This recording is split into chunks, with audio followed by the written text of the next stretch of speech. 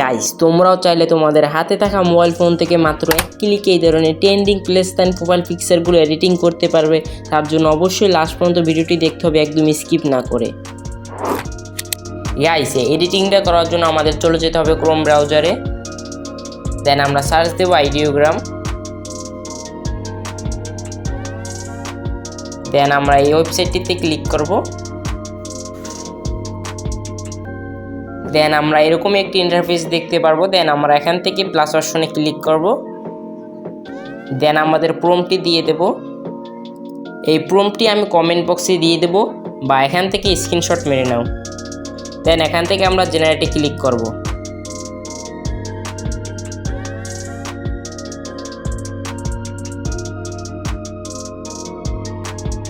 দেন আমরা দেখতেই পাচ্ছি আমাদের প্রোফাইলগুলো ক্রিয়েট হয়ে গেছে। কত সুন্দর আমি বলে বোঝাতে পারবো না, তোমরাই দেখে নাও।